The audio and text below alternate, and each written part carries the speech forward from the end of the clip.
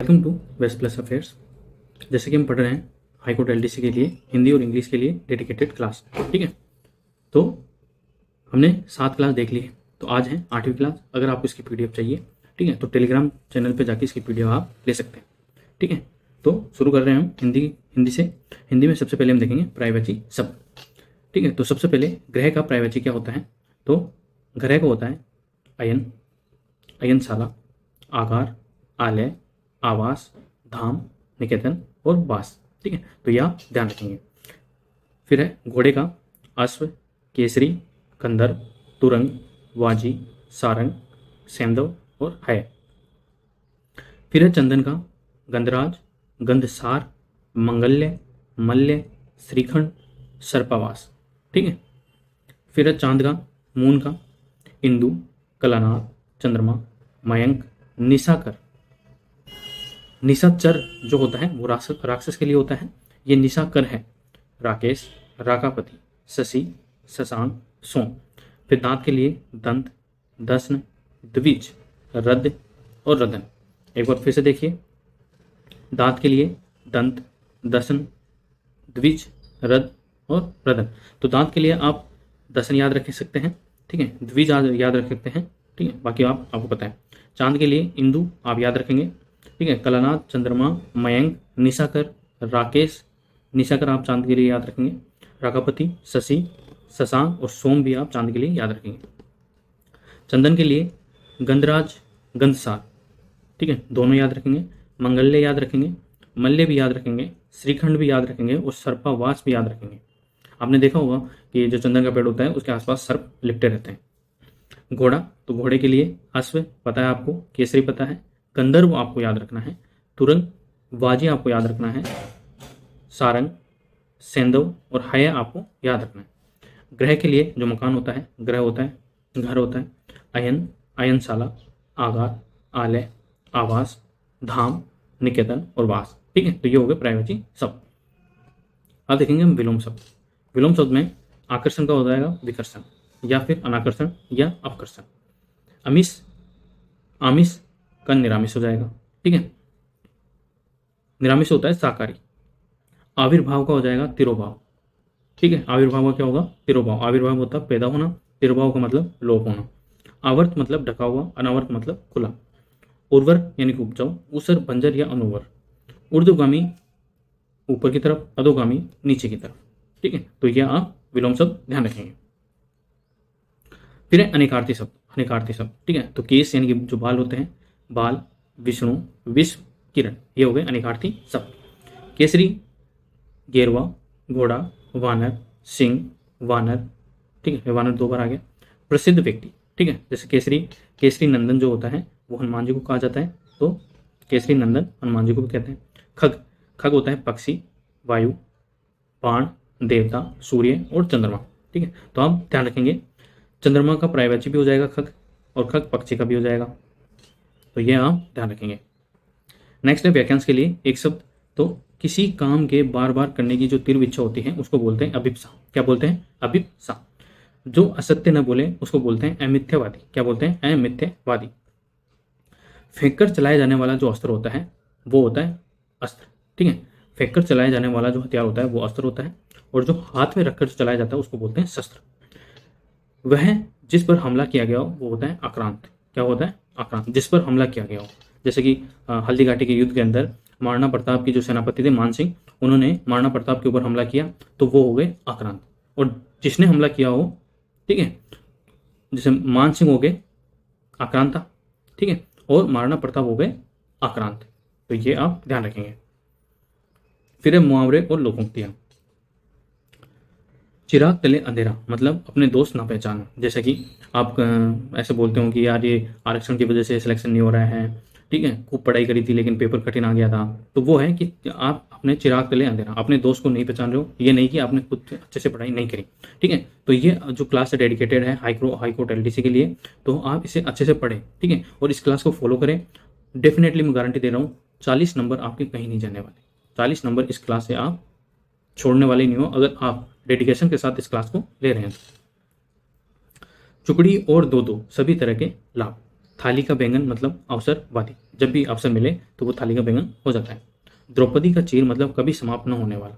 आपने देखी होगी महाभारत के अंदर जो दुशासन होता है वो द्रौपदी का चीर हरण करता है और उसकी जो साड़ी होती है वो खींचता रहता है, लेकिन वो खत्म ही नहीं होती है। इसलिए द्रौपदी का चीर मतलब कभी समाप्त न होना। न 3 में न 13 में, यानी कि बिना काम का। जैसे एक टीम होती है, 3 की होती है, 3 पत्ती वाली, ठीक है, और 13 होती है क्रिकेट वाली, ठीक है। तो वो तो न तो 3 में है और न 13 में है, इसका मतलब वो कोई काम का नहीं है। तो ये हो गई मुहावरे और लोकोक्तियां। शब्द शुद्धि, जैसे कि मैं हमेशा कहता हूं कि अशुद्ध और शुद्ध में जब तक आप अपनी आंखों से देखोगे नहीं तब तक आपको पता ही नहीं चलेगा अशुद्ध और शुद्ध का। और ये एग्जाम के अंदर 5 नंबर के आते हैं, 5 से 10 नंबर के। पूजनीय, पूज्यनीय, ये पूज्यनीय नहीं होता बल्कि पूजनीय होता है। क्या होता है? पूजनीय। प्रज्वलित, प्रज्वलित मतलब डबल ज नहीं आता बल्कि एक ही आधा ज आता है, प्रज्वलित होता है। प्रदर्शनी, प्रदर्शनी, ठीक है, तो प्रदर्शनी होता है ना कि प्रदर्शनी होता है। प्रातः काल में जो विसर्ग आता है वो आता है, सीधा प्रातः काल नहीं आता। बहु, बहु में बड़ा उ आता है, ठीक है, बहु में बड़ा उ आता है। वैसे प्रचलित तो ये है, ठीक है, तो आप इसमें कंफ्यूज हो सकते हैं, लेकिन बहु के अंदर बड़ा उ आता है, तो यह ध्यान रखेंगे। बहु के अंदर बड़ा उ आएगा।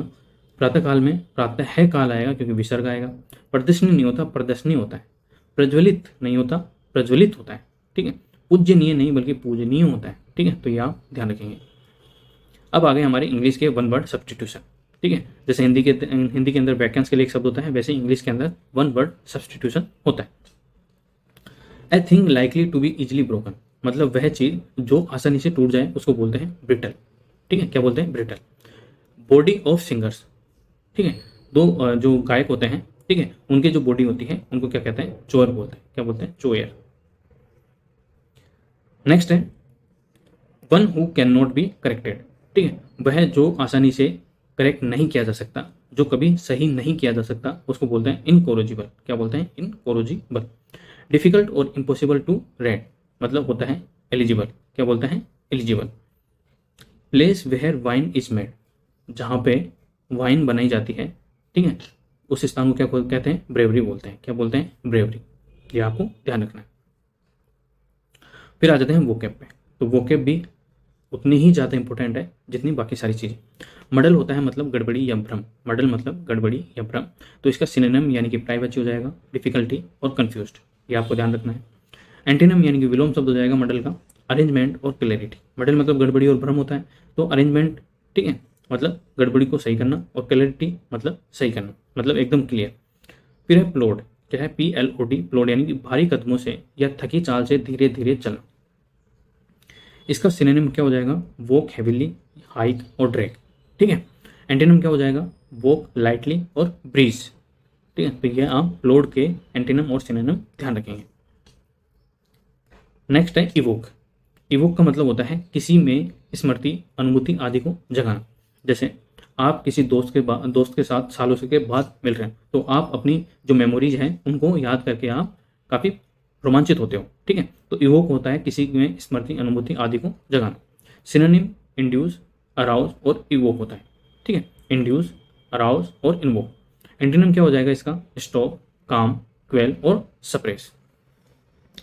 फिर है ऑफसेट, किसी बात के असर को कम कर देना, क्षतिपूर्ति कर देना। इसका सिनोनिम क्या हो जाएगा? बैलेंस, इक्वल और कंपनसेट। एंटीनम डिसप्रोपोर्शन और अप्रूव, तो ये हो जाएगा इसका एंटीनम और सिनोनिम। नेक्स्ट है डिप्लीट। डिप्लीट का मतलब होता है किसी वस्तु की मात्रा को घटाना। जैसे कि आप एप्पल खा रहे हो, ठीक है, तो एप्पल को 1 बाइट लोगे, 2 बाइट लोगे, ठीक है, तो वो धीरे धीरे डिप्लीट होता जाएगा, मतलब उसकी जो मात्रा है वो कम होती जाएगी। फिर इसका सिनोनिम जो होगा वो होगा डिक्रीज, लेसन और कंज्यूम। एंटीनम क्या हो जाएगा? एक्सपेंड, इंक्रीज और ऐड, ठीक है, तो यह आप ध्यान रखें। अब देखते हैं हम इंग्लिश के इडियम और फ्रेजेस। ये उतने ही इंपॉर्टेंट है जैसे हिंदी के अंदर लोकोक्ति और मुहावरे हैं, वैसे ही इडियम और फ्रेजेस इंग्लिश के अंदर होते हैं, ठीक है, तो यह आप ध्यान रखेंगे। बेटर हाफ मतलब होता है स्पाउस या मैट, ठीक है, बेटर हाफ मतलब होता है वाइफ, स्पाउस या mate. The better half doesn't care much for restaurant, ठीक है। ब्लैक एंड व्हाइट मतलब in writing. She talks in black and white, वो हमेशा राइटिंग के अंदर बात करती है, ब्लैक एंड व्हाइट के अंदर बात करती है, मतलब लिखित के अंदर बात करती है। फिर नेक्स्ट है bag and baggage with one's possessions, with one's possessions. When he quit his job, he walked out bag and baggages. मतलब वह अपनी जॉब छोड़ चुका है और वो अपने साथ सारा सामान ले के जा रहा है, ठीक है। Birds of the same feather मतलब people of the same interest will be found together. Birds of the same feather the daily come in this garden for enjoy they are birds of the same feather. मतलब जो daily इस garden के अंदर आते हैं उनका interest एक ही होता है कि अपनी हेल्थ को अच्छा रखना, ठीक है। तो मतलब वे birds of the same feather है, मतलब उनके सबके जो इंटरेस्ट है, उनका जो इंटेंशन है वो सेम है। नेक्स्ट है बीट ब्लैक एंड ब्लू मतलब बीट मर्सीलेसली मतलब बिल्कुल दया नहीं दिखाते हुए मारना। जैसे आजकल आज की खबर ये थी कि एक हिंदू युवक ने मुस्लिम युवती से प्रेम किया, ठीक है। तो जो युवती के स्वजन थे उन्होंने उसको बीट ब्लैक एंड ब्लू की तरह पीटा, ठीक है, और पेड़ से लटका दिया। The thief was beaten black and blue by the people caught him, ठीक है। मतलब एक चोर को लोगों ने इतना बुरी तरह से मारा, दया रहित तरीके से मारा।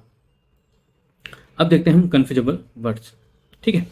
तो एलिजिबल एडजेक्टिव मतलब विशेषण, चुना जाने योग्य। एलिजिबल मतलब चुना जाने योग्य होता है। Only those over 70 are eligible for the special payment. फिर है एलिजिबल, ये भी एडजेक्टिव ही होता है, विशेषण ही होता है। अस्पष्ट या जिसे पढ़ा न जा सके। The inscription was partly eligible, जैसे सिंधु घाटी सभ्यता की जो लिपि है, ठीक है, जो लिखावट है उसको अभी तक पढ़ा नहीं जा सकता है, तो वो मतलब एलिजिबल है। फिर है एक्सटिंक्ट। एक्सटिंक्ट का मतलब होता है अप्रचलित या विलुप्त हो चुका। जैसे कि जो भारतीय चीता है, ठीक है, वो विलुप्त हो चुके हैं, तो अपन जो साउथ अफ्रीका है वहां से मंगवाए जा रहे हैं। The red squirrel is in danger of becoming extinct in England. Instinct क्या होता है, यानी आंतरिक भावना, जैसे आपकी अंतरात्मा क्या कहती है तो उसको बोलते हैं instinct. Birds learn to fly by instinct, ठीक है। फिर नेक्स्ट है emerge.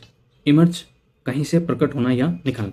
A man emerge from the shadows, वह छाया से निकल कर आया वह आदमी। एक होता है इमर्स यानी कि डूब जाना, एक होता है इमर्ज आई वाला, ठीक है, और एक होता है ई वाला। आई वाले में डबल एम आएगा और ई वाले में सिंगल एम आएगा, ठीक है। तो एक होता है बाहर निकलना और एक होता है डूब जाना। The whale emerge back into sea, ठीक है। तो ये हमने आज की क्लास देखी, जिसके अंदर हिंदी इंग्लिश के जो सारे सब टॉपिक होते हैं जो इंपॉर्टेंट वो हमने इसमें कवर किए। अगर आपने बाकी क्लास नहीं देखी है तो प्लेलिस्ट में जाके आप वो भी देख सकते हैं। अगर आपको ये वीडियो पसंद आई है, आपको ये क्लास पसंद आई है, तो इसको लाइक शेयर और सब्सक्राइब चैनल को जरूर करें। धन्यवाद।